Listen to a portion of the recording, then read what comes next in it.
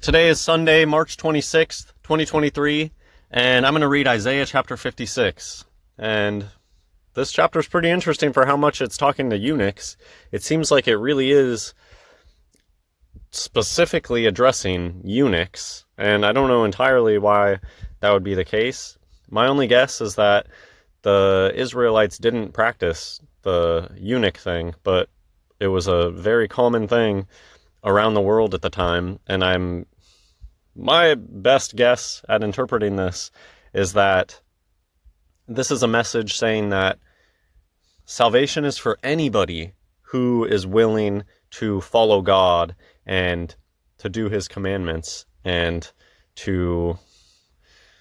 that's basically my takeaway from this, that even the strangers, because one of the main themes of the Old Testament is that God's chosen people, that God was there to save his people and bring them through these trials and was always there for them, even when they were turning their backs, stiff-necked and all that. God sent Moses the Ten Commandments, and his people were at the same time, more or less, building a golden idol to worship. And so to me, it makes sense that salvation is open for anybody, because even back in the day, God's chosen people were doing horrible things and turning straight to idolatry. So salvation is for anybody. You don't have to be born into a specific family. And maybe that's another reason with the whole eunuch things, because eunuchs were almost like free agents. They don't have lineage. They don't have their name to have children and hope that their children have a lot of children, and they weren't fighting for that. They almost were just like these free agents going around, and they could get into higher positions of power by being a eunuch.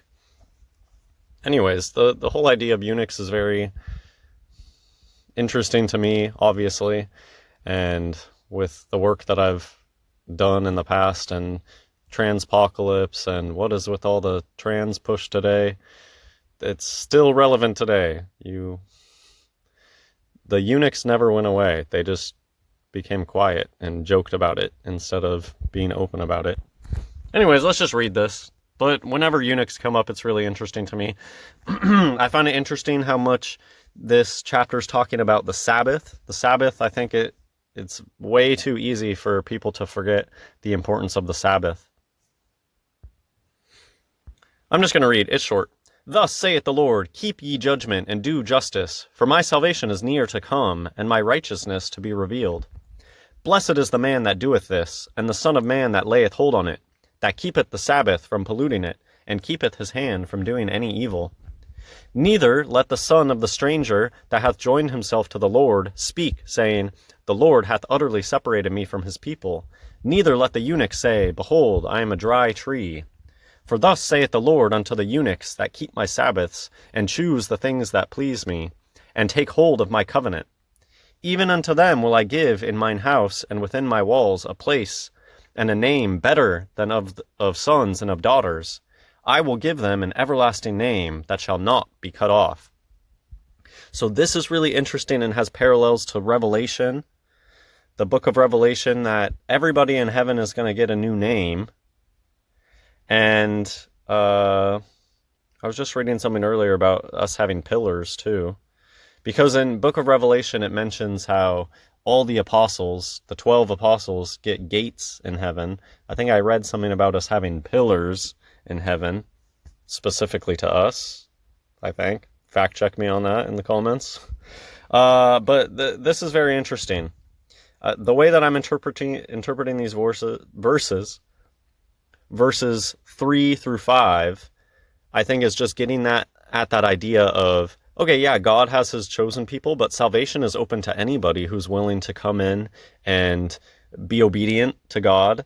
And that's how I interpret that. Even the eunuchs, if they're going to come in and join your house and do the law and keep the Sabbath holy, then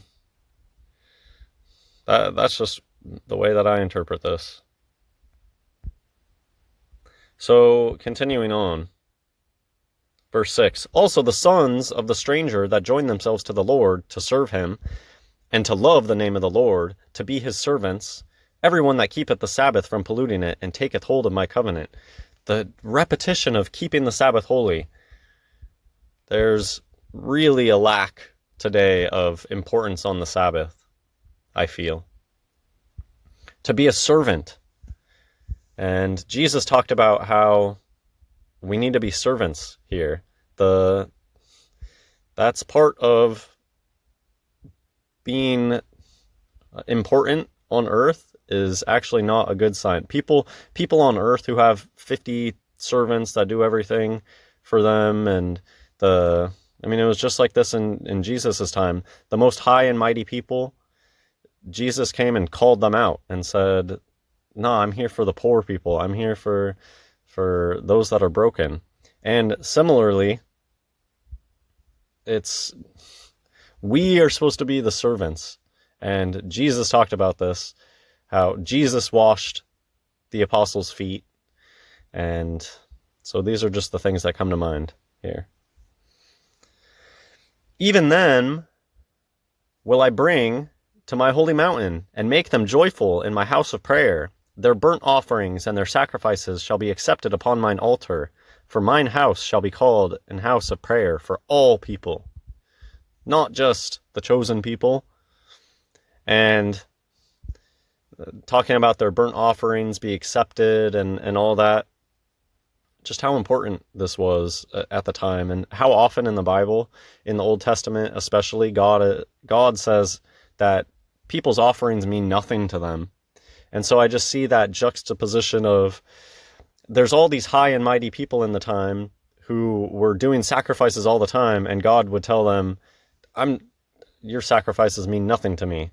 And then on the flip side, here there's people that are strangers or eunuchs, but they're coming and they're following God, they love God, they're keeping the Sabbath holy and taking hold of his covenant, and God says that he likes their offerings. So I'm just contrasting this with, there's many times in the Old Testament where God says he's not impressed by by his own people's offerings. He knows our hearts first and foremost. Verse 8, the Lord God, which gathereth the outcasts of Israel, saith, again this theme of the outcasts. God came for the missing sheep. The Lord God, which gathereth the outcasts of Israel, saith, yet will I gather others to him, beside those that are gathered unto him. All ye beasts of the field come to devour, yea, all ye beasts in the forest. His watchmen are blind, they are ignorant, they are all ignorant. They are all dumb dogs, they cannot bark, sleeping, lying down, loving to slumber.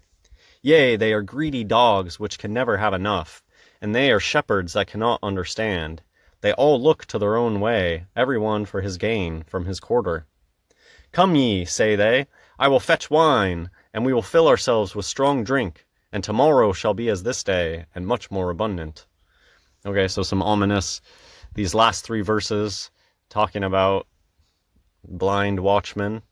It's very interesting, the whole idea of watchmen, and that there are a lot of people today that they think themselves as watchmen. They think that they're the watchers because they know about certain stuff. They know that people use hand signs.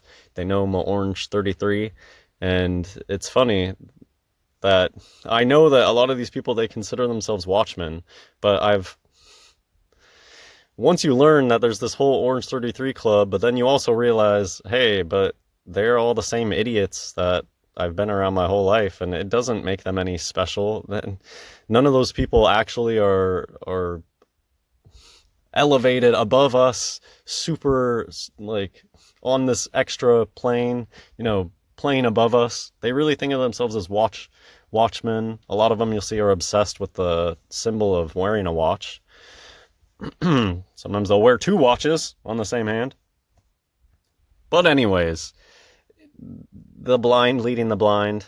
There's these people that they think that they're above everybody else and that they see everything, but they're just as duped as anybody else. And those are just the thoughts that come to mind on that one.